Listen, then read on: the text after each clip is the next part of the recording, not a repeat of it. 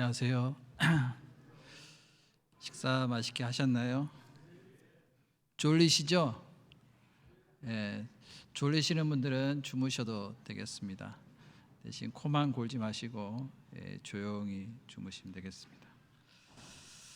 오늘 갈릴리 성경 교실 10번째 시간인데요. 이단에 대해서 오늘 같이 말씀을 좀 상고해 봤으면 좋겠습니다. 말씀 시작 전에 같이 기도하겠습니다. 사랑이 많으신 자비로우시고 거룩하신 아버지 하나님, 참으로 감사를 드립니다.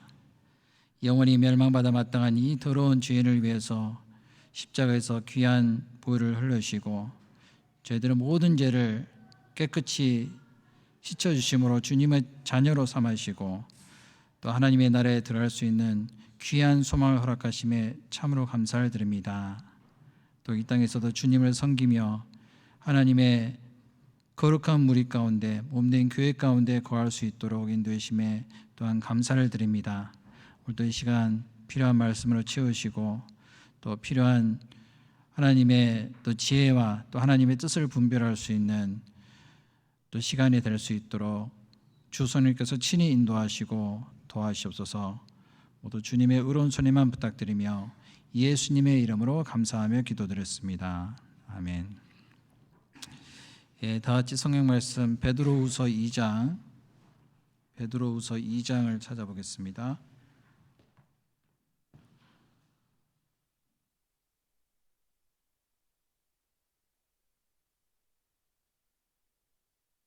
베드로후서 2장 1절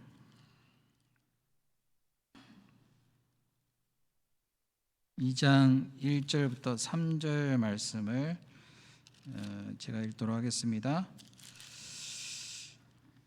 베드로후서 2장 1절부터 3절입니다. 그러나 민간에 또한 거짓 선자들이 나섰나니 이와 같이 너희 중에도 거짓 선생들이 있으리라. 저희는 멸망케 할 이단을 가만히 끌어들여 자기들 사신 주를 부인하고 임박한 멸망을 스스로 취하는 자들이라. 여럿이 저희 호색하는 것을 조치리니 이로 인하여 진리의 도가 회방을 받을 것이요 저희가 탐심을 인하여 지은 말을 가지고 너희로 이를 삼으니 저희 심판은 옛적부터 지체하지 아니하며 저희 멸망은 자지 아니하느니라. 성경에는 하나님의 그 말씀이 기록이 되어 있고 무엇이 진리인지를 우리에게 가르쳐 보이고 계시는데, 그런데 세상은 그 진리를 찾기를 원하기보다는 다른 것을 통해서 하나님을 모르고 그리고 결국에는 진리를 회방하는 그런 무리가 있다는 것을 알 수가 있습니다. 이 세상에도 참이 있으면은 거짓이 있죠. 진짜가 있으면은 가짜가 반드시 있게 돼 있습니다. 믿는 세계에서는 그러한 현상이 더 심하게 나타난 것을 볼 수가 있습니다. 하나님은 우리에게 무엇이 참이고 무엇이 진리인지를 말씀을 해주셨는데, 그런데 사람들은 그 진리를 고수하기보다는 다른 가짜를 만들어 놓고 그것을 따르게 하는 많은 일들이 있음을 알 수가 있습니다. 이 말씀에도 보면은 베드로후서 2장 1절에 뒤에 스크린 좀 띄워주시죠. 2장 1절에 보면은 그러나 민간에 또한 거짓 선자들이 일어났었나니 이와 같이 너희 중에도 거짓 선생들이 있으리라. 저희는 멸망케 할 뭐라고요? 이단이라고 있습니다. 멸망케 할 이단. 이단은 결국에는 그 결국이 멸망이라는 것을 알 수가 있어요. 가만히 끌어들여. 자, 이단은 눈에 띄지 않게 가만히 들어옵니다. 사람들이 자기가 잘못된 것에 빠졌다는 것을 알았다면 금방 나올 수가 있을 텐데, 문제는 뭐냐면은 자기가 속고 있는데도 불구하고 속고 있는지를 모르기 때문에 결국에는 이단에 빠지는 경우가 많이 있습니다. 자, 이단의 특징은 뭐냐면은 자기들을 사신 주를 부인하고, 자, 성경에서 가장 중심이 되는 그 주제는 바로 예수님이잖아요. 네, 우리들 사신 주를 부인하고, 그러니까 예수님을 부인하는 것, 예수님의 죽으심과 부활하심, 그것을 통해서 우리를 구원하신 그 사실, 그 외에 다른 것을 전하는 것은 다 이단이라고 할 수가 있습니다. 임박한 멸망을 스스로 취하는 자들이라. 자, 이단을 구분할 수 있는 기준이 뭐냐면은 성경의 내용을 왜곡하는 겁니다. 성경에 있는 것이 바로 하나님께서 우리에게 말씀하신 어떤 기준이 되어야 되는데, 그것을 왜곡시켜서, 그리고 그것을 무시하고 거기다가 다른 것을 덧붙이거나 아니면은 빼는 것이 바로 이단이라고 할 수가 있습니다. 자, 이단을 그 사전적인 의미에서 찾아보면은 다를 이에다가 끝단자, 그래서 다르긴 다른데 끝이 다른 것이 이단이라고 이렇게 이제 사전적으로 우리는 설명을 해볼 수가 있습니다. 그런데 자세히 살펴보면은 끝만 다른 것이 아니라 처음부터 끝까지 전체가 틀리다는 것을 알 수가 있습니다. 영어로는 heresis라고 그러죠. heresis라는 그 말은 헬라어로 하이레시스에서 나왔다고 합니다. 이 하이레시스라는 뜻이 뭐냐면은 분리 또는 종파 또는 파당 또는 여러 가지 어떤 당파, 조화롭지 못한 것, 이런 것들을 이제 헤이레시스라고 하는데, 이단은 바로 헤이레시스에서 나온 단어라는 것을 우리가 알 수가 있습니다.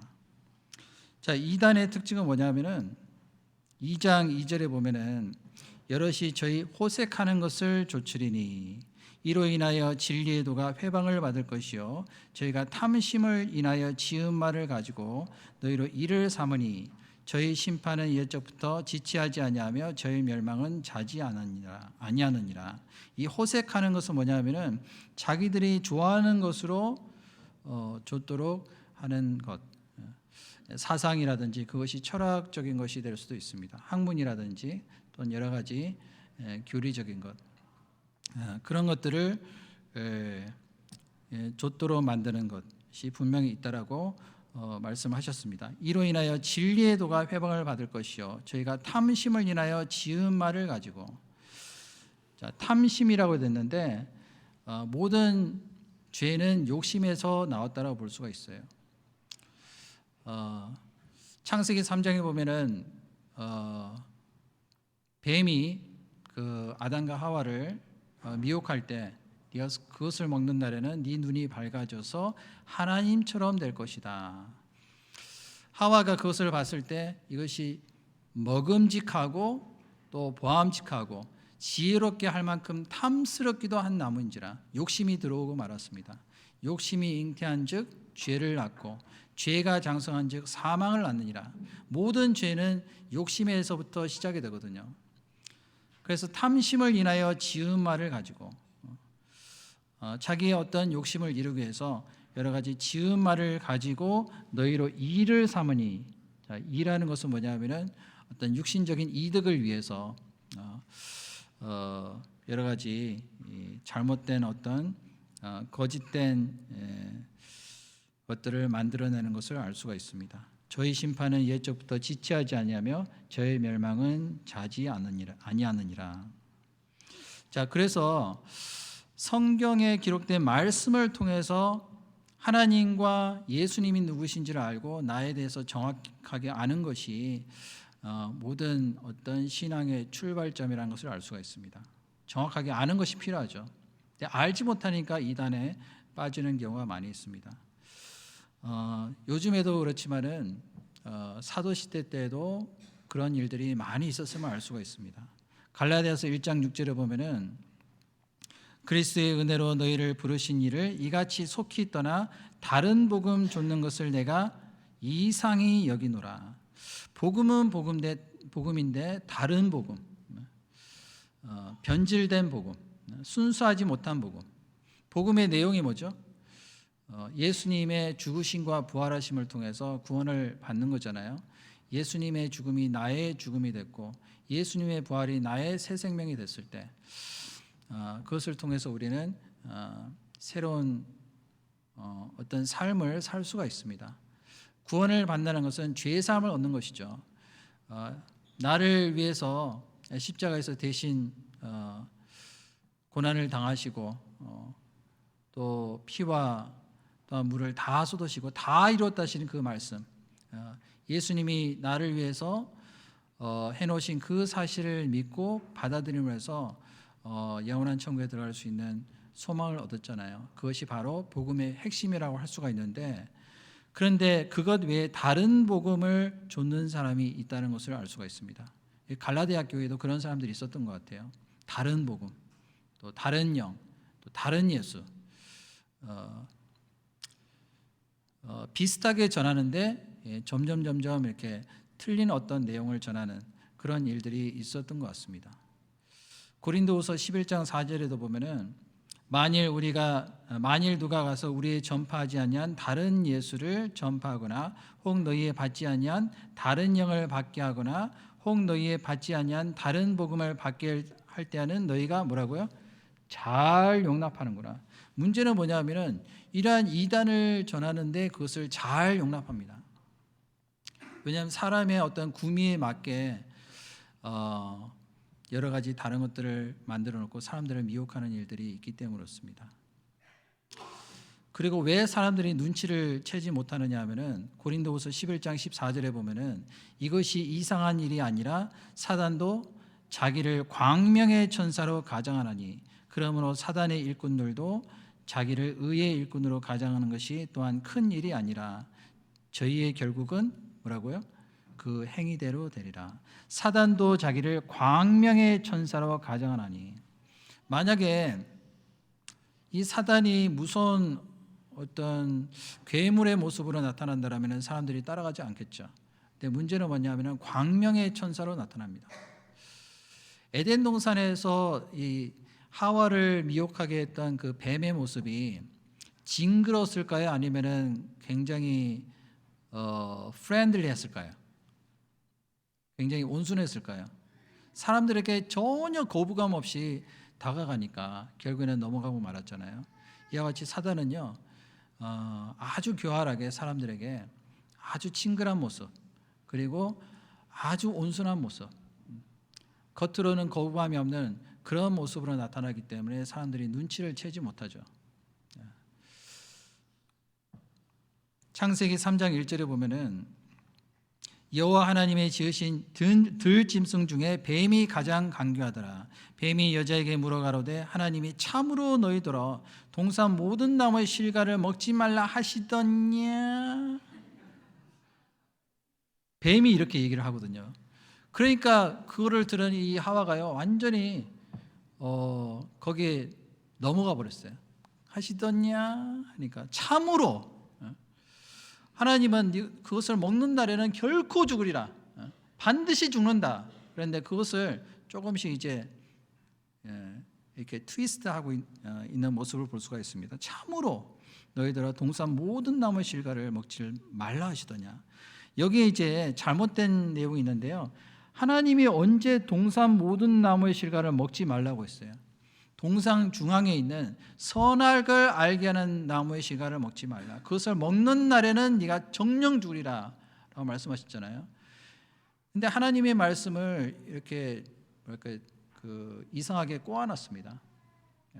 하나님은 사람들에게 모든 것을 다 주시기를 원하시는 분이잖아요. 좋은 것을 주시기 원하시는 분인데 하나님을 이상한 분으로 이렇게 잘못 오해하도록 미혹하는 모습을 볼 수가 있습니다. 창세기 3장 4절에도 보면은 뱀이 여자에게 이르되 너희가 결코 죽지 아니하리라. 너희가 그것을 먹는 날에는 너희 눈이 밝아 하나님과 같이 되어 선악을 알 줄을 하나님이 아심이니라. 자, 결코 죽지 아니하리라. 처음에는 참으로 너희들어 먹지 말라 하시더냐 이렇게 출발하더니 점점 이 하와가 이제 거기에 넘어가니까 나중에는 결코 죽지 않느라 완전히 이 말씀을요 뒤집어 버렸어요. 죽는다고 했는데 죽지 아니하니라. 이것이 이단입니다. 이단의 시작이죠. 오히려 그것을 먹는 날에는 네 눈이 밝아져서 하나님처럼 될 것이다. 이단의 특징은 뭐냐면요, 사람을 교만하게 만들어요. 네가 잘하면은 천국 갈 수 있다. 그리고 그들의 믿음을 인정을 해주고 그리고 이제 띄워주죠. 그래서 그 이단에 속한 사람들을 보면은 굉장히 교만합니다. 성경을 굉장히 많이 알죠. 알기는 아는데 잘못 아는 경우가 많이 있습니다. 그래서 진짜 이단에 굉장히 깊숙이 빠져 있는 사람들은요, 참 건져내기가 힘들어요. 그래서 성경에도 보면은 가장 조심해야 될 것이 뭐냐면은 신명기 4장 2절에 내가 너에게 명하는 말을 너희는 가감하지 말고 내가 너에게 명하는 너희 하나님 여호와의 명령을 지키라. 가감한다는 게 뭐죠? 더하거나 빼지 말라고 말씀하셨어요. 하나님의 말씀에 더하거나 빼면은 반드시 거기에 대해서 하나님이 심판을 내리시기로 경고하셨습니다. 고린도전서 4장 6절 말씀 같이 한번 읽어보겠습니다. 형제들아 내가 너희를 위하여 이 일에 나와 아볼로를 가지고 본을 보였으니 이는 너희로 하여금 기록한 말씀밖에 넘어가지 말라 한 것을 우리에게서 배워 서로 대적하여 교만한 마음을 먹지 말게 하려 함이라. 기록한 말씀 위에 넘어가면 교만하게 되어 있습니다. 사람은요 이 세상 지식과 여러 가지 철학적인 여러 가지 학문이 많아지게 되면은 많아질수록 사람은 교만하게 되어 있어요. 그런데 성경은 배우면 배울수록 겸손하게 될 수밖에 없습니다. 하나님이 정말 너무나도 거룩하신 분이구나. 하나님은 전지전능하신 분이고 우리의 마음과 생각을 다 감찰하시는 분이구나. 그것을 알면 알수록 우리는 겸손해질 수밖에 없죠. 그런데 그것이 아니라 그 하나님 외에 다른 것으로도 우리가 구원함을 받을 수 있다. 예수님 외에 다른 길이 있다. 이런 어떤 다른 예수, 다른 영, 다른 복음을 받아들이는 것으로 인해서 교만해지는 경우가 있습니다. 그래서 가장 중요한 것은 성경이죠. 성경이 중심이 돼야 되고 항상 성경이 기준이 돼야 됩니다. 오늘도 우리가 같이 말씀 배웠는데요. 요한복음 8장 32절에 진리를 알지니 진리가 너희를 자유케 하리라. 또 요한복음 17장 17절에도 보면은 진리로 저희를 거룩하게 하옵소서. 아버지의 말씀은 진리니이다. 하나님의 말씀은 항상 진리라고 말씀하셨어요. 진리는 변치 않는 것이죠. 옛날이나 지금이나 영원히 변치 않는 그 말씀. 천지는 없어지겠으나 내 말은 없어지지 아니하리라. 천지의 없어짐보다도 그 율법의 1.1획이 떨어진 더 쉽다라고 말씀하셨어요. 그 정도로 하나님의 말씀이 얼마나 엄격한 말씀인지를 우리에게 말씀하시는 겁니다. 이 세상을 창조하실 때도 말씀으로 창조하셨잖아요. 그 말씀으로 이 세상을 다스리고 계시고 그리고 그 말씀으로 죽은 사람을 살리시는 그 주님, 그 주님이 지금도 말씀으로 역사하십니다. 근데 그 말씀 이외에 다른 것으로 사람들을 미혹하게 하는 것들이 있기 때문에 거기에 미혹되지 말라고 말씀하셨죠.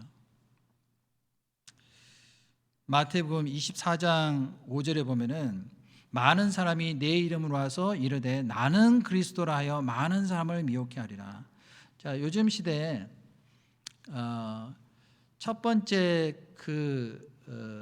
예수님이 이 땅에 재림하실 그 징조 중 가장 큰 징조가 뭐냐면은 나는 그리스도라 하여 많은 사람을 미혹해 하리라.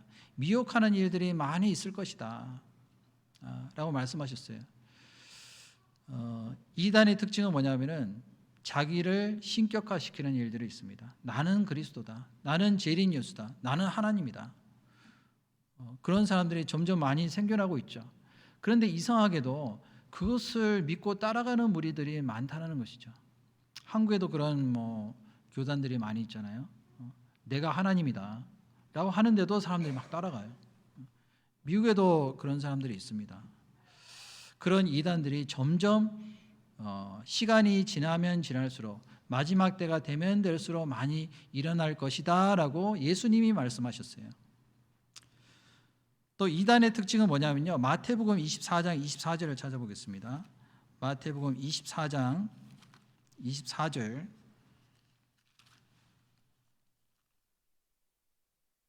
24장 23절부터 보겠습니다. 24장 23절부터 24절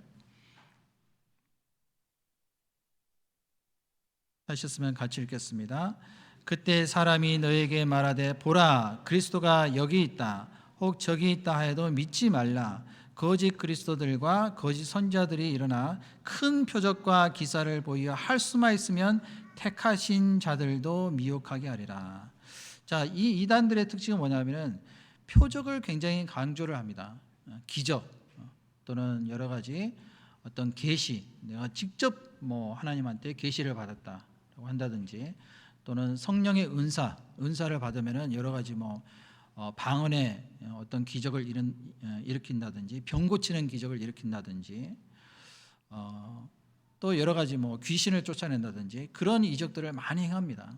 근데 지난번에도 말씀드렸지만은 우리 시대는 기적을 통해서 하나님이 역사하시는 시대가 아니죠. 여러 가지 표적이라든지 사람들에게 놀라운 어떤 일을 통해서 사건을 통해서 역사하시는 것이 아니라 말씀을 통해서 역사하시는 분입니다. 근데 적그리스도가 나타날 때 사람들이 왜 미혹이 되느냐 하면은 기적을 일으키거든요. 심지어는 하늘에서 불이 떨어지게 만듭니다.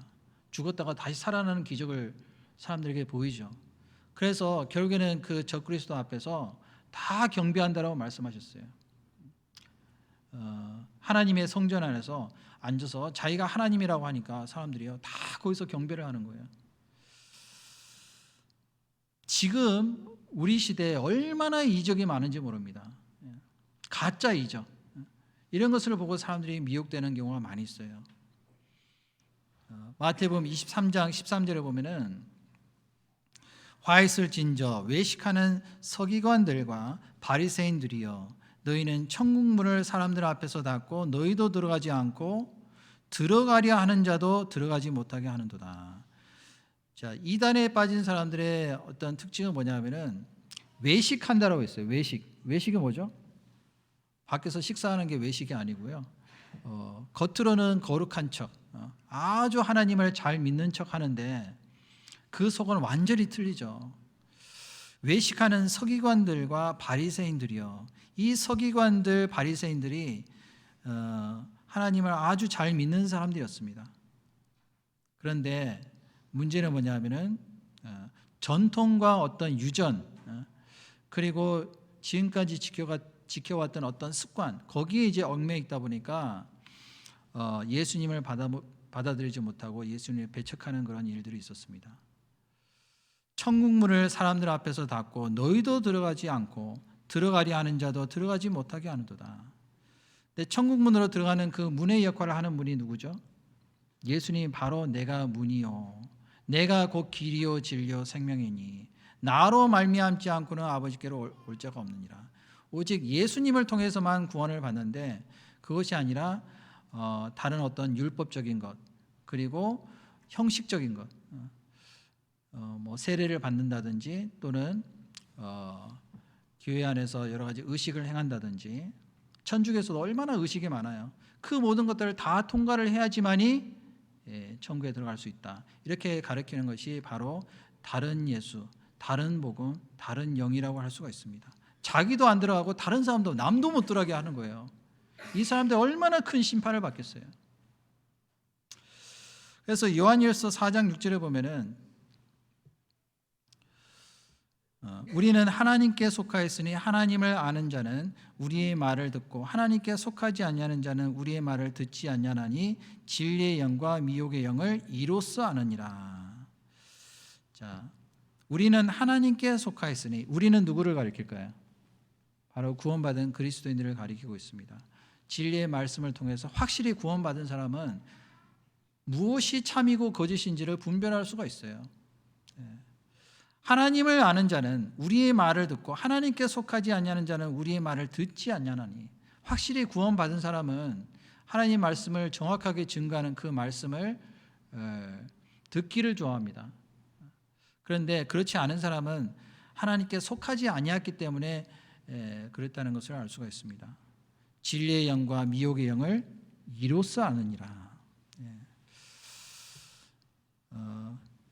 이 세상에도 가짜가 많이 있죠. 짝퉁. 특히 명품일수록 짝퉁이 많이 있습니다. 근데 이 세상에 명품이 많을까요? 진짜 명품이 많을까요? 가짜가 많을까요? 가짜가 훨씬 많습니다. 제가 그 베트남의 그 짝퉁 시장에 한번 가봤거든요. 야, 짝퉁이요 종류가 얼마나 많은지 A급부터 뭐 B급, A급, A급으로 갈수록 이제 뭐 명품하고 거의 구별이 안 돼요. 심지어는 품질 보증서도 있습니다. 그 안에. 근데 자세히 보면은 틀리거든요. 마찬가지로 믿는 세계에 있어서도 짝퉁이 얼마나 많은지 모릅니다. 예수님께서도 말씀하시기를 좁은 문으로 들어가기를 힘쓰라. 멸망으로 인도하는 문은 그 길이 크고 넓어 그리로 들어간 자가 많고라고 말씀하셨거든요. 이단에 속한 사람들이 많을까요? 아니면은 이 진리에 속한 사람들이 많이 있을까요? 이 세상은 이단에 속한 사람들이 훨씬 더 많습니다. 그러니까 사람들이 무엇이 이단이고 진리인지를 구분을 못하는 거예요. 이단에 속한 사람은 대부분 머저리티들이거든요. 이 세상에 어떤 권력을 잡은 사람들, 특히 교회, 뭐 진짜 교회는 아니지만은 기독교라는 어떤 종교, 어떤 교파라든지 또는 어떤 종파에 어떤 높은 위치에 있는 사람들이 대부분 좁은 문으로 들어간 사람이 아니고 넓은 문으로 들어간 사람들이 많이 있습니다. 예수님 시대도 그렇고 지금도 그렇습니다. 그럼 이단에 빠진 사람들을 우리가 어떻게 해야 될까요? 자, 이단에 빠진 사람들 우리가 처음부터 만날 때 막 당신이 이단에 빠졌다고 막 그렇게 이제 뭐 따진다든지 그러면요 오히려 그것이 역효가 날 수가 있습니다. 그래서 디도서 3장 9절에 보면은 그러나 어리석은 변론과 족보 이야기와 분쟁과 율법에 대한 다툼을 피하라. 이것은 무익한 것이요 헛된 것이니라. 이단에 속한 사람은 뭐라고요? 한두 번 훈계한 후에 가까이 하라? 멀리하라. 멀리하라고 했어요. 이단에 속한 사람은 한두 번 훈계를 했는데도 불구하고 듣지 않는 경우에는 멀리하라고 했습니다. 왜냐하면 자기 자신도 잘못하면은 거기에 미혹될 수 있기 때문에 그렇습니다. 그래서 이단이 하는 여러 가지 말들은 어리석은 변론이 될 수가 있고 족보 이야기 또 분쟁과 율법에 대한 어떤 얘기로서 어떤 그 자기들의 어떤 주장을 내세우는 것들이 있기 때문에 그러한 것에 어떤 다투지 말고 다툼을 피하라라고 했어요. 이것은 무익한 것이니 헛된 것이니라. 이단에게 속한 사람들의 특징은 뭐냐면요, 굉장히 친절해요. 굉장히 친절하죠. 그래서 저도 몇 번 다른 교회에 가본 적이 있는데요. 가보면 사람들이 얼마나 친절한지 몰라요. 여기 오소서, 여기 앉으소서. 얼마나 말을 그냥 진짜 거룩이 뚝뚝 떨어지죠. 그 목사님들 말씀하시는 거 보면은 거룩하신 뭐 하나님께서 자비로우신 하나님께서 그런데 그런 얘기를 들어보면은 껍데기만 얘기를 해요. 내용이 없어요. 순전히 자기의 어떤 경험이라든지 육신적인 얘기. 그리고 이단의 특징은 뭐냐면 절대로 지옥에 대해서 강조 안 합니다. 심지어 어떤 교회는 지옥이 없다고 그러잖아요. 지옥도 없고 그리고 죽으면 끝이다. 그리고 성경에 있는 내용하고 완전히 틀린 내용을 가르칩니다. 그 천주교는요, 뭐 특정한 어떤 교단을 얘기하기는 좀 그렇지만은 천주교는 연옥을 만들었습니다. 그래서 사람이 죽으면은 심판이 있다라고 말씀하셨잖아요. 근데 심판을 받기 전에 어떤 천국하고 지옥 그 사이에 제3의 어떤 장소가 있어서 거기서 대기하고 있다가 그리고 그 사람이 천국 갈 수도 있고 지옥 갈 수도 있고 이거는 누구한테 달려 있느냐 하면은 이 세상에 살고 있는 사람들, 면죄부라고 그러죠.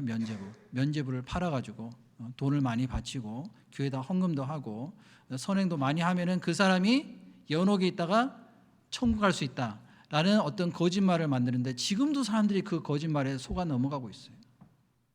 그 거짓말을 누가 만들었을까요? 마귀가 만들었죠. 그런데도 불구하고 전혀 눈치를 못 채요. 제가 지난번에 수양회 때도 그런 분들 몇 분 만났거든요. 지옥을 안 믿더라고요. 교회를 그렇게 열심히 다녔는데 지옥을 안 믿더라고요. 성경에 얼마나 지옥에 대한 말씀들이 많이 있는데. 근데 대부분의 교회들이요, 하나님은 심판의 하나님이시고 공의로우신 분이다, 그리고 죄에 대해서 반드시 심판하시고 지옥에 멸하시는 분이다, 이렇게 얘기를 하면 사람들이 싫어하거든요. 싫어하는 말들을 안 해요. 사람들의 구미에 맞게 좋아하는 말만 합니다. 그러니까 사람들이요, 그런 데는 많이 몰리는 거예요. 그런데 결국에는 거기에 빠져서 잘못된 길로 가면 어디로 갈까요? 영원히 잘못된 길로 가는 거예요. 영원한 지옥. 자, 그것을 누가 책임질 수가 있겠어요? 하나님은 모든 사람들이 다 구원받기를 원하신다고 말씀하셨습니다. 진리를 아는 데 이르기를 원하시느니라. 하나님은 진리를 믿을 수 있도록 우리에게 많은 기회를 허락하셨는데도 불구하고 끝까지 그것을 거절하고 그리고 다른 길로 가는 사람은 어쩔 수가 없는 거예요. 자, 사도 시대 때도 진리를 전하는 사람들이 얼마나 많은 핍박을 받았는지 모릅니다. 사도행전 24장을 보겠습니다. 사도행전 24장 5절.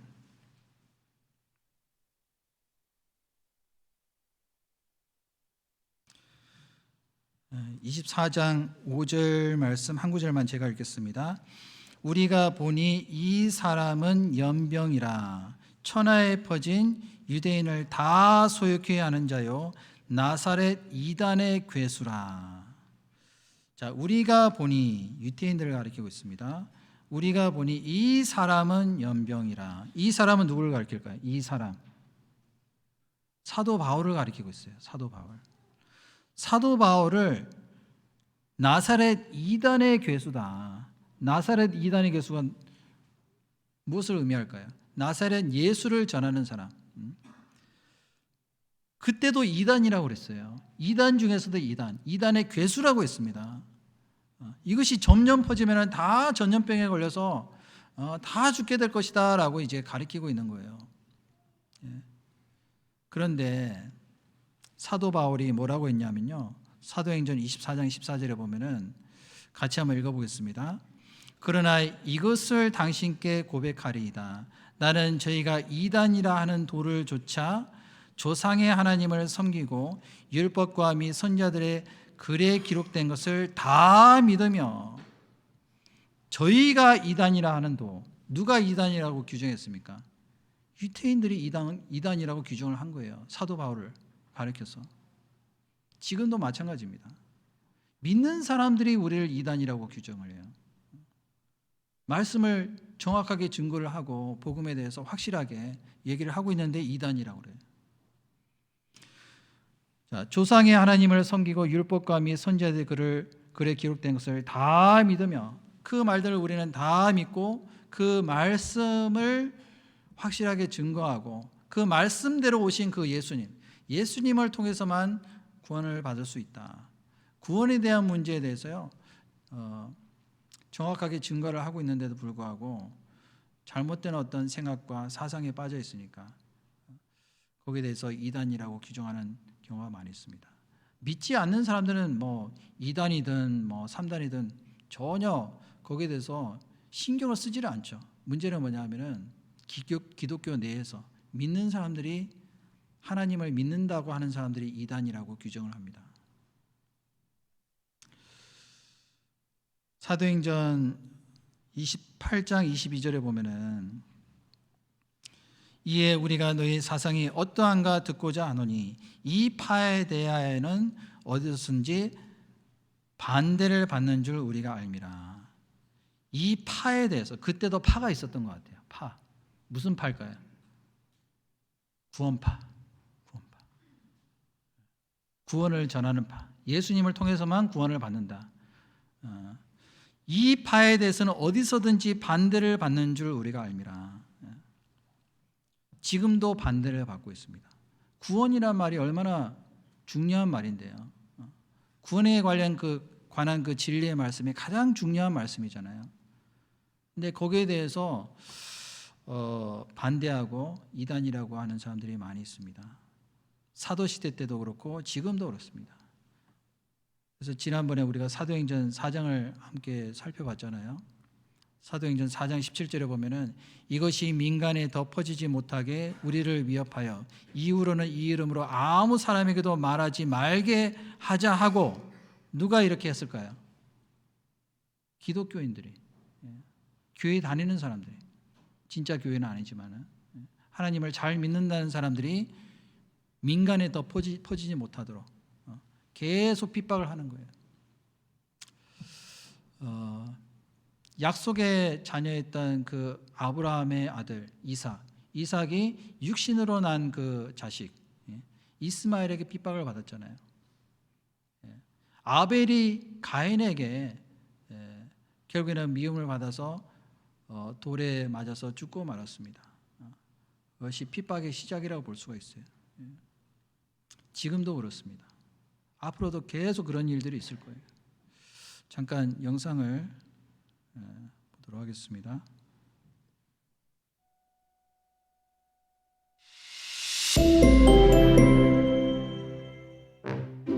식당이 많은 골목에 가면 이런 풍경을 흔히 볼 수 있습니다. 여기도 원조, 저기도 원조, 아니 우리가 원조. 자기가 원조라고 우기는 수많은 간판들을 볼 수 있는데요, 우리는 혼란에 빠집니다. 도대체 어디가 원조라는 거야? 분명히 요리를 처음 만들었거나 그 요리를 계승한 정통이 존재할 텐데 말이죠.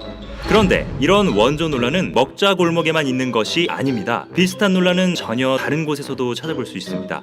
바로 기독교입니다. 여기가 정통, 저기는 이단.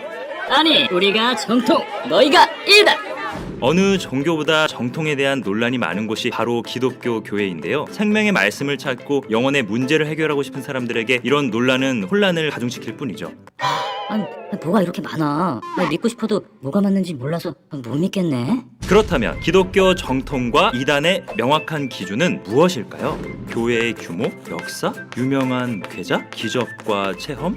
모두 아닙니다. 기독교의 정통을 찾는 명확하고 절대적인 기준은 바로 성경입니다. 성경과 일치하는 것이 정통이고 성경과 어긋나는 것이 이단입니다. 교회를 보고 사람을 보기 전에 성경을 올바르게 해석하고 적용하는지를 봐야 합니다. 실제로 많은 사람들이 성경을 앞세우지 않고 확인되지 않은 거짓 뉴스와 카더라 통신에만 의존해서 이단에 대해 논하고 있습니다. 성경을 어떻게 가르치는지는 조금도 알아보지 않고 떠도는 소문에 자기 생각을 덧붙여 확산하는 것만큼 무책임하고 무서운 일은 없을 것입니다. 만약 그 교회가 성경을 정확하게 전하고 하나님의 능력이 함께하는 교회라면 잘못된 소문을 퍼뜨리는 일은 하나님의 역사를 가로막는 일 아닐까요? 그래. 아이고, 하나님이 얼마나 화가 나시겠어. 하나님을 정확하게 가르치는 교회인데, 응? 정통 있는 교회라는 것은 곧 성경을 정확하게 가르치는 교회임을 의미합니다. 교회를 보고 사람을 보면 혼란스럽고 때론 실망까지 할 수 있죠. 뭐 뉴스 보면 이상한 교회도 많고 이상한 목사들도 많더라니까 정말. 하나님은 단 한 번도 교회를 보고 믿으라고, 사람을 보고 믿으라고 말씀하시지 않았습니다.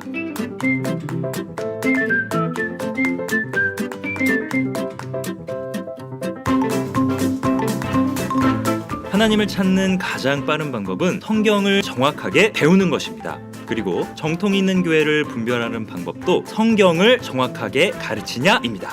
생명의 말씀 성교회는 교회의 규모나 목회자의 유명세를 내세우지 않습니다. 오직 성경만 내세울 뿐입니다. 생명의 말씀 성교회가 과연 성경 말씀을 어떻게 가르치는지, 어떤 게 소문이고 어떤 게 진실인지 말씀을 통해 알아보세요. 그리고 저희 진실탐험대는 카더라 통신이 아닌 생명의 말씀 성교회가 실제로 전하고 있는 말씀들을 팩트에 입각해 전해드립니다. 말씀을 듣기 전에 혹은 말씀을 들어본 후에 약간의 오해가 생겼다면 진실탐험대를 통해 먼저 오해를 풀어보세요. 생명의 말씀 성교회는 성경 그대로의 말씀을 정확하게 전합니다. 영어 버전이 있으면 참 좋을 것 같아요. 다음번에 영어 버전으로 좀 만들어서 봤으면 좋겠습니다. 성경이 이제 기준이 돼야 되겠죠. 근데 카더라 통신이 너무나도 많죠. 진실이 무엇인지 또 거짓이 무엇인지 그것을 분별하지 못하고 방황하는 사람들이 얼마나 많이 있는지 모릅니다. 자, 우리 교회의 역사를 좀 우리가 알 필요가 있을 것 같아요. 우리 교회가 어떻게 시작이 됐고 그리고 어떤 과정을 통해서 복음이 증거가 됐고 지금까지 오게 됐는지 좀 자세히 설명을 드리면은 이제 시간이 모자랄 텐데요. 아주 간략하게 말씀을 드리겠습니다. 우리 교회가 시작된 것은 초창기에 그 옛날에 영국에 빈센트라는 사람이 있었어요. 빈센트. 이 사람이 굉장히 부자예요. 그 농장을 가지고 있는 사람인데 굉장히 큰 농장을 가지고 있는 사람인데 이 사람이 이제 그 더블린이라는 어떤 그 도시에 거기에 우연히 이제 가게 됐는데 거기 항구 도시죠. 거기에 마침 무디와 생키라는 그 간판을 봤어요. 무디와 생키. 처음에는 그게 무슨 쇼 프로그램인 줄 알았어요. 그래서 들어가서 보니까 생키가 노래를 하고 있는 거예요. 아주 아름답게 노래를 하고 있습니다. 근데 사람들이 굉장히 많이 있었대요. 거기 꽉 들어찼습니다. 그 이제 극장이죠. 그런데 거기에 이제 무디가 그 다음에 나와서 막 설교를 하는 거예요. 근데 말씀을 이제 전하는데 그 말씀을 듣다가 야, 이 말씀이 좀 틀리구나 다른 교회하고. 그래서 계속 며칠 동안 말씀을 들었대요. 말씀을 듣고 난 다음에 이 빈센트라는 사람이 구원을 받게 됐어요. 그리고 무디하고 이제 상담을 했다고 합니다. 그런데 이 빈센트라는 사람에게는 또 다른 친구가 있었어요. 에드워드 스터드라는 사람이 있었습니다. 그래서 에드워드라는 스터드한테 이제 그 자기가 이제 믿고 있는 어떤 믿음에 대해서 이제 전하게 됐죠. 자기가 이제 이런 집회에 와서 말씀을 듣게 됐다. 근데 무디와 생키에 대한 어떤 신문 기사가 그때부터 많이 뜨게 됐대요. 그래서 그때 당시에 영국의 정서는 어떤 말씀을 전하는 사람은 어떤 신학교를 졸업을 하고 화이트 칼라, 소위 말하는 굉장히 뭐랄까요, 좀 이 하이 클래스죠. 하이 클래스 사람들이 이제 말씀을 전하고 거기에 이제 사람들이 많이 호응을 하고 그랬었는데 무디는 신학교도 안 나왔거든요. 학교를 안 나온 사람입니다. 무식한 사람이죠. 근데 그 사람이 막 말씀을 전하고 사람들이 많이 모이니까 그것을 비난하는 어떤 기사를 그 써놓은 그 신문 기사를 보게 된 거예요. 그래서 이 사람도 뭔가 좀 틀리구나, 그 사람 설교를 들어봐야지 하면서 에드워드 스터드라는 사람이 무디 말씀을 전하는 것을 듣게 된 거예요. 그래서 이 사람이 그 무디가 전하는 말씀을 듣고 난 다음에 완전히 변화가 되어버렸어요. 그리고 난 다음에 2년 만에 죽었어요. 이 사람이. 왜 죽게 됐냐면은 무디 집회 이제 가는 도중에 그 이후에도 계속 말씀을 들었죠. 근데 그 집회에 가는 도중에 뛰어가다가 다리 혈관이 파열이 되어버렸대요. 그래서 그 부상에서 회복되지 못해서 죽게 됐습니다. 근데 그 에드워드 스터드라는 사람에게 아들이 3명이 있었대요. 그 중에 한 사람이 C.T. 스터드, 많이 들어보셨죠? C.T. 스터드. 이 사람이 무디라는 사람이고, 그리고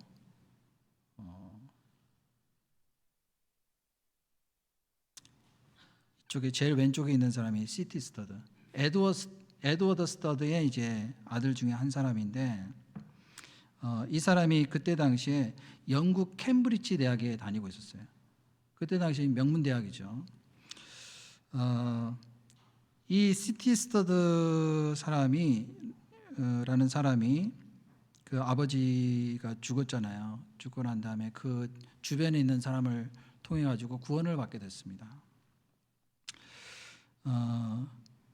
그리고 구원을 받은 이후에 이 사람도 자기가 선교사가 되기로 결심을 하게 됐어요. 그 주변에도 구원받은 친구들이 있었는데 한 6명 정도 있었대요. 그래서 캠퍼스 7인이라고 해가지고 7명으로 구성된 어떤 어떤 멤버들이 있었는데 거기에 이제 함께 합류하면서 자기가 선교사 꿈을 꾸게 됐다고 합니다. 그러다가 나중에 허드슨 테일러가 조직한 그 중국 선교 단체가 있었어요. 중국에 이제 선교사를 파송하는 그 단체. 거기에 이제 지원을 하게 됐고, 그리고 아버지께로 물려받은 모든 재산을 선교하는데 다 이제 투자를 하게 돼요.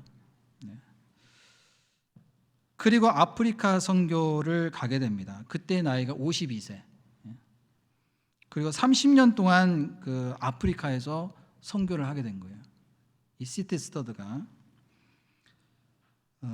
그러고 난 다음에 이제 그 세계 복음 십자군, 그래서 웩 선교부라고 그러죠. 웩 선교부. 들어보신 적 있으실 거예요. 웩. 들어보셨어요? 웩. WEC. Worldwide Evangelization Crusade라고 하는데 세계 복음 십자군이라고 하죠. 지금도 남아 있어요. 근데 지금은 이제 활동을 거의 안 하죠. 저도 이제 아프리카 선교 가보면은 웩 선교부에서 만든 선교 단체들이 만든 그 선교 센터가 있는데 거기서 잠도 자고 한 적이 있었거든요. 그래서 이 시티 스터드가 노먼 그럽이라는 박사, 여기 보면은 두 번째 사람이죠. 이 사람, 이 사람에게 한국에 지금 복음의 역사가 많이 일어난다고 하니까 한국에 그 방문을 하고 온 거예요. 이 노먼 그럽이라는 사람이. 같은 이제 선교 단체에 있었죠. 근데 갔다 와서 보니까 한국에 구원받은 사람 한 사람도 없다 지금. 가서 보니까 교회는 많이 생기고 엄청나게 기독교인들이 많이 생겼는데 그때 당시가 1950년대잖아요. 그러니까 이 전쟁이 끝나고 난 다음에 사람들이 너무 가난하게 됐죠. 그래서 사람들이 좀 잘 살려면 어떻게 해야 될까? 보니까 미국은 잘 살거든요. 그래서 미군들이 와서 계속 자기들을 도와주고, 그리고 미국 선교사들이 와가지고 계속 초콜릿도 주고 우유도 주고, 그러니까 미국 사람들처럼 하나님 믿으면은 저렇게 잘 살 수 있겠구나. 그래서 그때부터 어떤 육신적인 축복을 받기 위해서 교회를 많이 갔다고 합니다. 그때부터 이제 교회 가는 목적이 뭐냐면은 어떤 무슨 신학이라고 그러죠? 그 본영 신학, 기복 신학, 기복 신앙. 그러니까 육신적으로 잘 살려면 하나님을 믿어야 된다. 그래서 교인 숫자가 많이 늘어난 거예요. 근데 노먼 그럽이라는 박사가 딱 가서 보니까 뭐 구원받은 사람은 한 사람도 없는 거예요. 복음에 대해서 뭐 정확하게 깨달은 사람이 없는 거예요. 그래서 지금 큰일 났다. 한국에 빨리 복음을 전해야 된다. 그래서 주장을 하고 있다가 나중에 이제 이 길기수라는 사람, 이분도 이제 같은 웩 선교부에 있었던 사람입니다.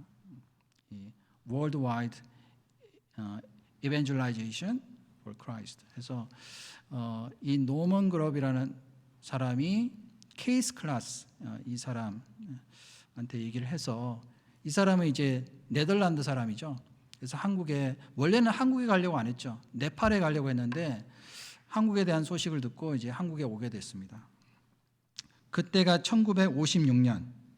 그래서 자기 이름도 바꿨어요. 길기수라고. 들어보셨나요? 키스 클라스. 이 키스 클라스, 한국 이름으로는 길기수. 이분이 한국에 와서 1년 동안 한국말을 배웠어요. 그래서 한국말을 배워서 한국말로 전도를 한 사람입니다. 한국말로. 그래서 이 길기수 선교사가 처음으로 복음을 전해서 구원받으신 분이 권신찬 목사님. 그때 당시에 권신찬 목사님 많이 들어보셨을 거예요 아마. 그분이 구원을 받고, 원래는 그분이 장로교회에 속해 있었죠. 그리고 길기수 선교사님을 통해서 구원받고 침례를 받았어요, 그분한테. 그래서 그 소식이 이제 장로교 연합회 거기 알려지고 난 다음에 이제 교회에서 제명이 됐습니다. 사역을 더 이상 못 하게 했어요. 그래서 따로 이제 자기가 복음을 전하겠다 해가지고 이제 교회를 그때 다시 세우게 됐는데, 그러다가 나중에 이요한 목사님이 또 구원을 받으시게 됐어요. 권신자 목사님 통해서 이요한 목사님이 구원 받으셨죠. 그리고 그때 당시에는 복음을 전하려면 돈이 필요하잖아요. 그래서 목사에서도 제명을 당했죠. 그러니까 전혀 뭐 재정적으로 도움을 받지를 못하니까, 그래서 그때 당시에 이제 그 기독교 방송이 있죠. 이름이 갑자기 생각이 안 나는데, 극동방송의 한 프로그램을 맡았어요. 그래서 아침에 은혜의 아침이라는 이제 프로그램을 맡아가지고 20분간 이제 설교를 한 거예요, 매일매일. 근데 청취자들이 아침에 그 말씀을 계속 듣다가 몇 명이 구원을 받는 일이 생겼습니다. 그래서 그 청취자들이 우리를 위해서 한번 같이 온라인으로만 이렇게 듣지 말고 오프라인으로 직접 우리가 대면해서 말씀을 들어보자. 그래서 만든 게 하계수양회. 그게 1975년도 1차 하계수양회. 청취자를 위해서 만든 하계수양회였어요. 그 사진 자료를 제가 급하게 입수를 했습니다. 그때 당시 하계수양회 이렇게 했어요. 하계수양회 1회 이렇게 이제 전도 집회를 한 겁니다. 성경으로 본 인류의 종말, 이렇게 지금하고 거의 비슷해요. 여기 보시면은 여기 이요한 목사님 보이시죠? 이요한 목사님. 길기수 선교사님은 1975년도까지 있다가 다시 이제 네덜란드로 돌아가셨어요. 그때부터 이제 자체적으로 우리가 그 목회자를 키우고 이제 양성하고 훈련해가지고 그때부터 복음을 따로 전하기 시작했습니다. 이 길기수 선교사님이 한국에 이제 파송을 받았을 때 그때 웩성교부에서 만든 잡지에 실린 글이에요. 왜냐하면 왜 이거를 이제 제가 공개를 하느냐 하면은 많은 사람들이 길기수 선교사는 우리 교회하고 아무 상관이 없다고 그러는데 무슨 근거로 그런 얘기를 하느냐. 근데 이거를 발제를 했어요. 이거를 1957년도 발간된 그 잡지 내용인데 여기 보면은 young Dutchman who was trained in our Glasgow the training center and has been accepted by the WEC Case Glass. Case Glass. 그러니까 이 길기수 선교사님이 한국에 파송됐다라는 그 내용이 실려져 있는 거예요. 이 증거 자료거든요. 그때 실제로 한국에 파송이 된 겁니다. 그리고 요거는 이제 얼마 전 2016년 꽤 됐네요. 8년 한 7년 정도 됐네요. 독일 그 하계 수양회 때 그때 찍은 사진입니다. 이분이 길기수 선교사님. 이분은 누군지 아세요? 옆에 계신. 이분이 우성은 목사님. 지금도 독일 도르트문트에서 사역을 하시고 계시고, 이분이 이제 길기수 선교사님, 길기수 선교사님 와이프. 이분은 한국에서 결혼했어요. 한국에 와서. 근데 최근에 89세인가? 굉장히 연세가 많이 드셨죠. 거의 90세 되셨는데 몇 년 전에 돌아가셨다는 얘기를 들었습니다. 근데 돌아가시기 전에 2020년도인가 그때 광주교회에 오셔서 설교하신 그 화면을 영상을 제가 긴급 입수를 했습니다. 이거는 확실한 증거예요. 이거는 확실한 증거. 증거 보여드릴까요? 조시는 분이 있으면 보시면 좋을 것 같습니다.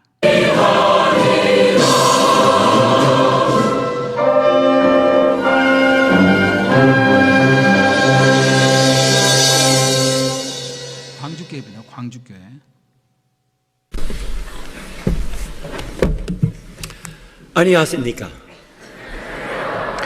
여러분, 1시간 반 후에 이 사람은 한국말 잘 하시는지 안 하시는지 그때 판단하겠습니다. 그렇죠? 그러나 한국 속담으로 쑥떡같이 말하면 꽁떡같이 알아들으라. 그런 속담 있죠?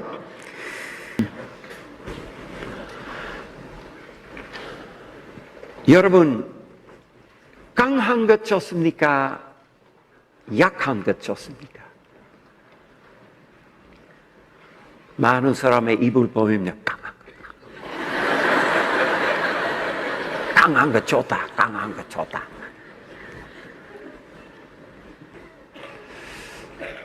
사람들은요, 강한 것 참 좋아합니다. 강해야 이제 뭐 할 수 있지, 약하면 별로 안 좋습니다. 그러나 여러분, 하나님은 강한 것 좋아합니까? 약한 것 좋아합니까? 하나님. 제일 강한 분인데, 뭐 좋아하시겠습니까? 제가 아신 대로요, 이러한 교회에 이렇게 질문하고 답하는 것은 할 수 있기 때문에 어떻게 생각하십니까? 하나님은 강한 것 좋아합니까? 약한 것 좋아합니까? 네? 약한 것. 정말?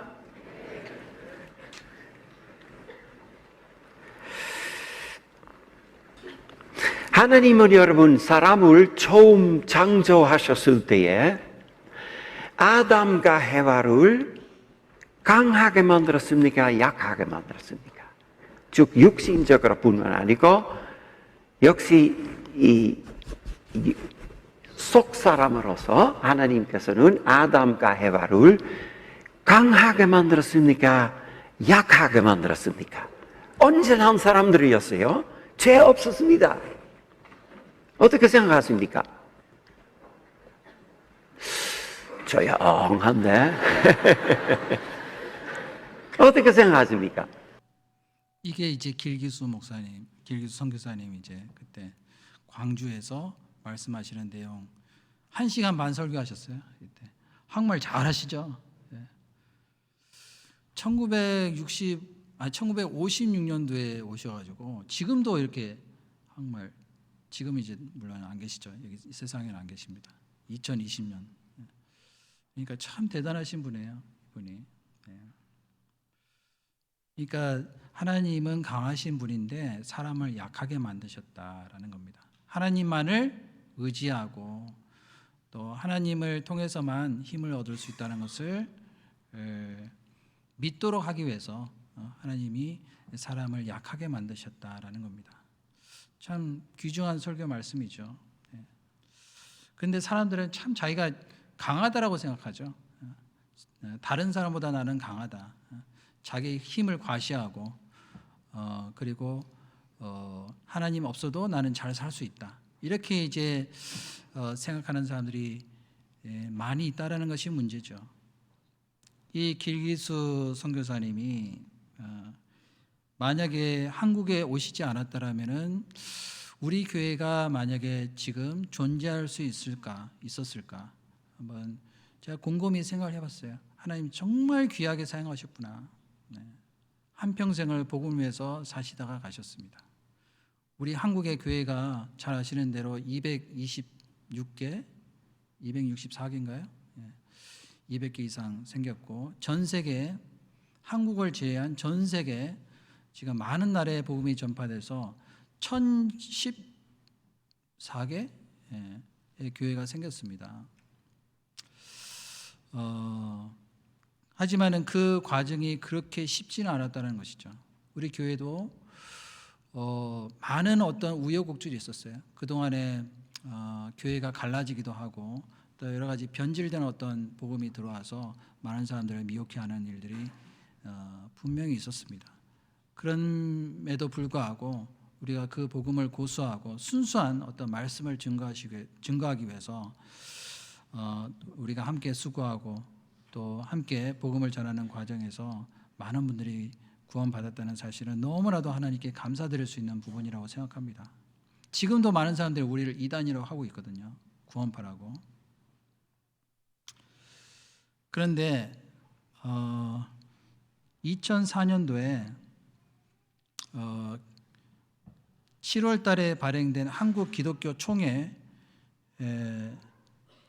만든 기독평론 신문에 실린 내용이에요. 지금도 인터넷 들어가 보면요, 이 내용을 쉽게 찾아보실 수가 있을 거예요. 그래서 옛날에는 인터넷 들어가면은 뭐 우리를 같은 구원파라고 이제 싸잡아가지고 우리를 이단이라고 이제 얘기를 하는데, 그런데 자세히 연구를 해보니까 정통교리 기준에 위배되지 않아 이단으로 규정할 수 없다. 이렇게 이제 그 기사를 이제 보도를 한 내용을 제가 이제 캡처를 해봤습니다. 여기 이제 결론이 뭐냐면은, 결론이 이요한 목사는 과거 기독교 복음 침례에 소속해 있었으나 1982년에 몇 가지 이유로 나왔으며 지금은 대한예수교 침례라는 독자적인 교단을 형성하고 있다. 이요한 목사에 대한 신학 및 신학 사상 그리고 교리적 부분을 면밀히 점검한 결과 이단적 교리를 발견치 못하였다. 또한 본회가 정한 정통교리 기준에도 위배되지 않아 이단으로 규정할 수 없으며 성경을 중심으로 순수한 복음을 전하는 교단으로 인정된다. 여기서 박수 나와야 되는데. 이단으로 규정할 수 없다고 딱 했어요. 몇 년도에? 2004년도. 근데 2016년도인가요? 그때 세월호가 터졌습니다. 세월호. 그래서 그때 막 시끄러웠잖아요. 막 구원파 해가지고 우리 교회도 같이 막 싸잡아가지고. 그래서 얼마나 핍박을 많이 했는지 모릅니다.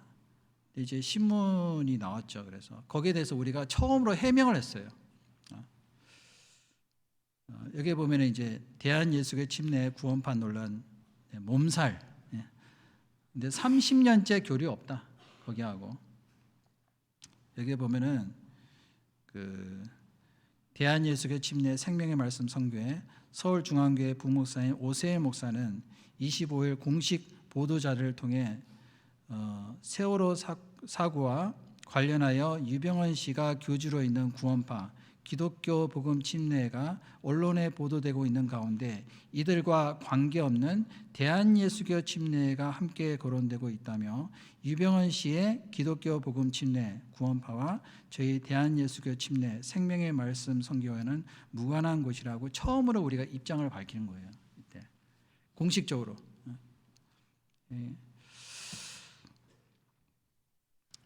그 이후로도 우리는 한 번도 거기하고 이렇게 교류를 한 적이 없습니다.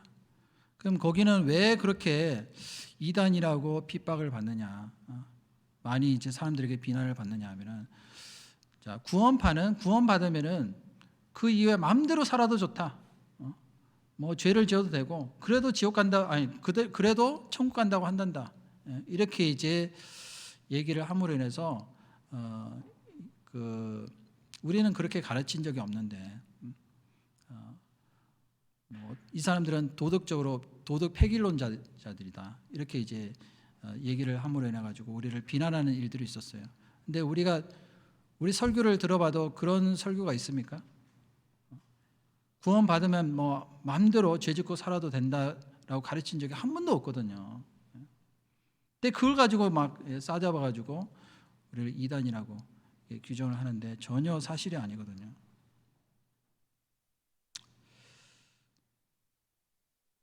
이 영상을 잠깐 보도록 하겠습니다. 생명의 말씀 선교회는 하더라? 생명의 말씀 선교회는 그리스도인이 죄를 지어도 된다 하더라? 안녕하세요. 가짜가 많은 세상에서 오직 진실, 있는 그대로의 진실만을 이야기하는 진실탐험대입니다. 생명의 말씀 선교회에선 그리스도인이 되면 죄를 확 그냥 막 그냥 지어도 된다고 가르친다? 아니, 정말 그냥 아무렇게 막 살아? 하나님 빽 믿고? 결론부터 말씀드리면 거짓말입니다. 아주 새빨간 거짓말이죠. 생명의 말씀 선교에서 10년, 20년, 아니 30년을 넘게 설교를 들어본 분들도 그렇게 가르치는 것을 단 한 번도 들어본 적이 없다고 합니다. 못 믿으실 것 같아 증거 영상을 준비했는데요. 이거 찾으려고 창고까지 주셨습니다. 그러니까 확실한 것은 거듭난 사람은 결코 멸망하지 않습니다. 이렇게 말하면요, 저 사람들 한 번만 구원받으면 죄지도 괜찮다고 한다 이렇게 또 비난해요. 구원받은 사람이 함부로 죄질 수 있다고 생각하십니까? 구원받은 사람도 혹시 실수하고 잘 수 있고 잘못할 수 있어요. 시험에 빠지면 또. 그러나 거기에는 하나님과 교제 문제가 생기고, 자, 주님이 우리 대신 십자가에 죽어서 피를 흘려서 우리 죄를 사하시고 우리를 구원했는데 우리가 또 함부로 죄를 지을 수 있느냐 그 말이에요. 나는 자꾸 죄 지을 테니까 당신은 자꾸 죽으세요. 그럴 수 있어요? 다시는 죄를 범치 마라. 로마서 6장 2절에 보면은 우리가 죄를 대해서 죽은 자가 어찌 더 죄 가운데 거하리요. 주님과 함께 죄 가운데 죽었는데 또 죄를 짓겠느냐 그 말이에요. 구원받은 사람은 죄를 짓지 말아야 됩니다. 요한일서 2장 1절에 이것을 너희에게 기록하면 너희로 죄를 범치 말게 하려 합니다. 구원받은 사람에게 다시는 죄를 짓지 말라고 합니다. 죄 가운데 죽은 우리가 어찌 그 가운데 살리요? 주님이 우리 죄를 영원히 사했다고 살짝 죄지도 괜찮다는 말이냐 그 말이에요. 그럴 수 없느니라고 했어요. 그 죄 때문에 우리 주님이 죽으셨는데, 예? 우리를 구원하신 목적은 죄를 안 지을 뿐 아니라 하나님의 자녀로 합당하게 그 거룩함에 참여하기 위해서, 예? 그 하나님의 영광에 들어가게 합당한 사람이 되게 하기 위해서. 어떠신가요? 죄를 막 지어도 된다고 가르치나요? 그런 적은 단 한 번도 없습니다. 아니 공식적인 설교만 그렇고 은밀하게 따로 가르치는 거 아니야? 답답하네 정말. 생명의 말씀 선교에서 출판한 책을 쓱 집어서 아무데나 탁 펴봐도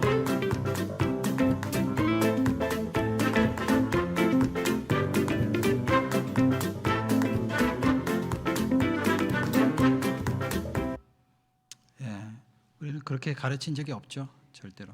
오히려 주님을 따라가는 그 가운데 주님의 성품을 닮아가는 삶을 살아야 된다. 거룩한 삶을 살아야 될 것을 우리는 강조를 하고 있습니다. 절대로 그렇게 가르친 적이 없죠.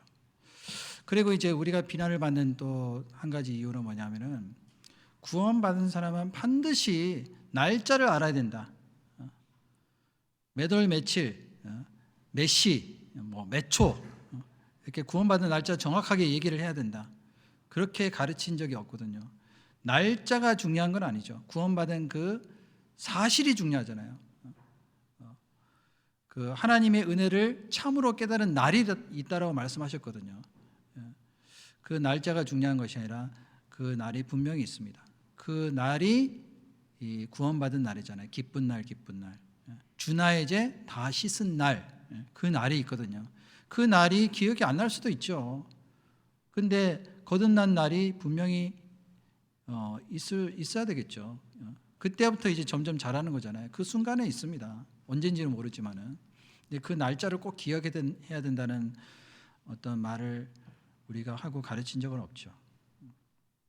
그리고 이제 또 한 가지 또 비난하는 그 이유가 뭐냐면은 아니 하나님 말씀을 믿기만 하면 되지 뭘 깨달아야 된다고 하냐고.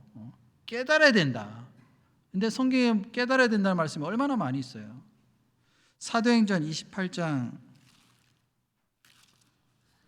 한 구절만 같이 읽겠습니다.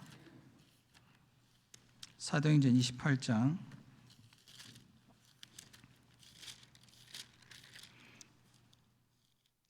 26절 말씀 제가 읽겠습니다. 일러스되 이 백성에게 가서 말하기를 너희가 듣기는 들어도 도무지 깨닫지 못하며 보기는 보아도 도무지 알지 못하는도다. 이 백성들의 마음이 완악하여져서 그 귀로는 둔하게 듣고 그 눈을 감았으니 이는 눈으로 보고 귀로 듣고 마음으로 깨달아 돌아와 나의 고침을 받을까 함이라 하였으니, 여기 깨닫는 말씀이 두 번이나 반복돼서 나오고 있습니다. 깨닫지 못하니까 구원을 못 받는 거예요. 깨닫는단 말이 특별한 말이 아니라 understand라는 것이에요. understand. 확실히 이해를 해야 되잖아요. 이해하지 못하고 그냥 나는 다 믿는다. 하나님이 나를 만세전부터 벌써 예정하셨다. 그러니까 내가 교회 다니고 믿는 거 아니냐 이렇게 얘기를 한다든지 전혀 성경적이지 않죠. 그래서 말씀을 들을 때 믿음은 들음에서 나며 들음은 그리스도의 말씀으로 말미암았느니라. 듣고 깨달아야 되는데 그게 아니고 그냥 믿으면 되는 거 아니냐. 그리고 영접식 기도라 그러죠. 영접식 그 구원. 그래서 나는 오늘부터 예수님을 나의 구주로 영접했습니다. 그 입으로 시인하면 구원받은 거 아니냐. 그렇게 이제 가르치는데 그것이 굉장히 위험한 어떤 이단적인 가르침이라는 것을 우리가 기억해야 되겠습니다. 그래서 전도 집회를 하는 이유도 뭐죠? 전도 집회를 하는 이유는 뭐냐면은 밭갈이를 하는 거예요. 성경에 대해서 전혀 모르는 사람에게 성경을 알 수 있도록 그 하나님에 대해서 우리가 믿을 수 있는 여러 가지 증거, 충분한 증거, 하나님의 성품이 무엇인지 말씀을 듣는 가운데 밭이 갈려지거든요. 준비가 돼야지만이 우리가 깨달을 수 있을 거 아니에요. 그래서 내가 하나님 앞에서 왜 구원을 받아야 되는지, 그리고 나를 위해서 예수님이 하신 일이 무엇인지, 나 같은 죄인을 위해서 하나님이 무슨 일을 하셨는지, 구원을 받기 위해서 필요한 마음이 있거든요. 간절히 구원받기를 원하는 마음. 아, 내가 죄인이구나. 나는 지금 죽어도 지옥 가는구나. 아무리 교회에 열심히 다녀도 그 죄가 해결되지 않으면 결국에는 심판을 받을 수밖에 없구나. 자기 운명을 알아야 되거든요. 그랬을 때 회개를 할 수가 있잖아요. 그것은 이제 생명을 얻는 회개라고 합니다. 구원을 받을 때 우리가 간절히 구원받기를 원하는 마음으로 회개하는 그 마음, 그 마음의 준비가 됐을 때 구원함을 받을 수가 있습니다. 근데 그런 것이 전혀 없이 그냥 믿으면 되는 거 아니냐. 사도 시대 때도 전도 집회 있었을까요, 없었을까요? 있었습니다. 그 사도행전 28장에 보면은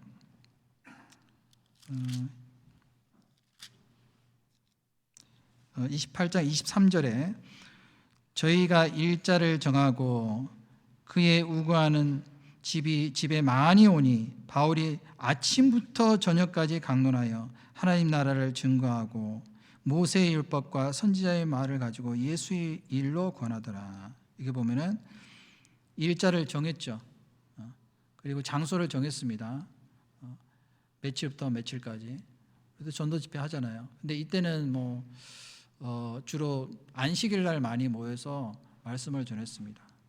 그래서 아침부터 저녁까지 하루 종일 말씀을 전했어요. 하나님 나라를 증거하고 모세의 율법은 무엇을 가리킬까요? 구약 성경이죠. 구약 성경의 모세 오경, 그리고 선지자의 말. 그때 당시에는 구약 성경밖에 없었으니까. 그리고 예수의 일로 권하더라. 예수님이 하신 일.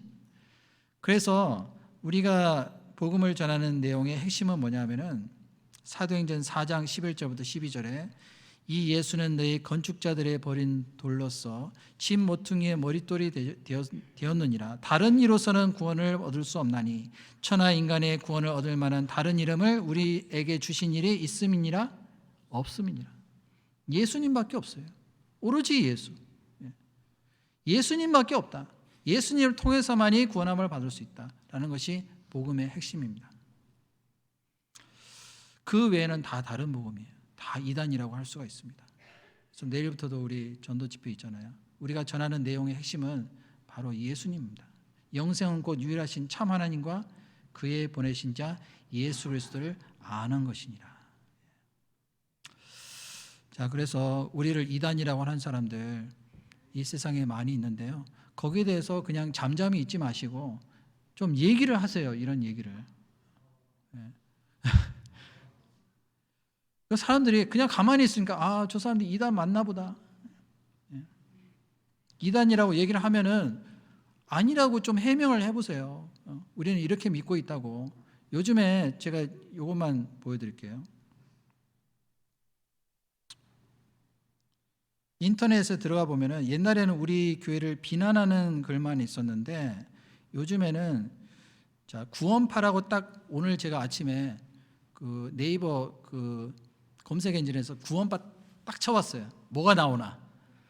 처음에 딱 나오는 게 나무 위키라고 해가지고 그 위키피디아 아시죠? 비슷한 건데 한국에서 만든 겁니다. 거기에 보면은 이렇게 쭉 나와요. 그 세칭 구원파는 이렇게 해가지고 주류 개신교에서 이단으로 분류하는 교파들 중 기독교 복음 침례, 대한예수교 침례, 생명의 말씀 선교 우리를 가리키고 있습니다. 대한예수교 침례 또 있어요. 그 기쁜 소식 선교회 이 세 개 교단을 이르는 말이다. 근데 셋 다 침례회라는 이름을 달고 있지만 정통 침례 교단과는 별 관계가 없다.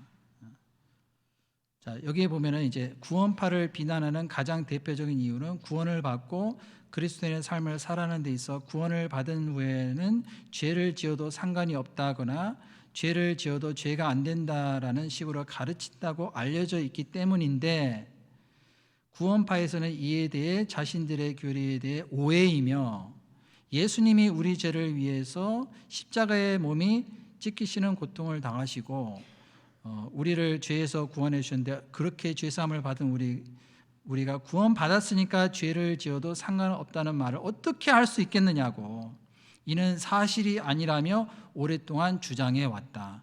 맞아요, 아니에요? 맞죠? 이 부분에 대해서는 법원의 판결문도 존재한다. 법원에서 판결했어요. 판결. 여기 링크 있는데 나중에 한번 들어가 보세요. 정확하게 나와요. 요즘에는 이제는 다 밝혀졌어요. 우리가 이단이 아니라는 거. 인터넷에서 봐도.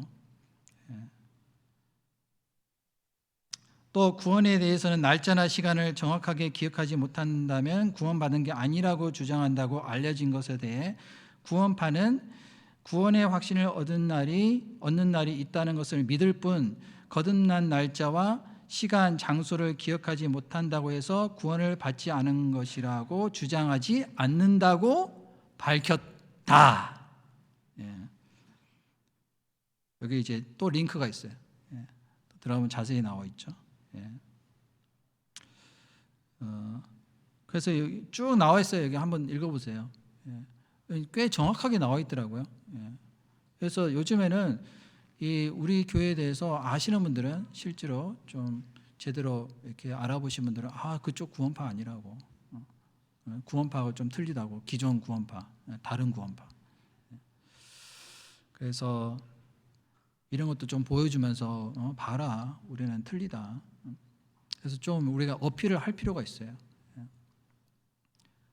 요즘에는 이렇게 들어가 보면은 그 서울중앙교회 사진도 나와 있는데 여기는 안 나와 있네요. 사진도 나와 있고 우리 그 갈릴리 수양관 사진도 나와 있더라고요.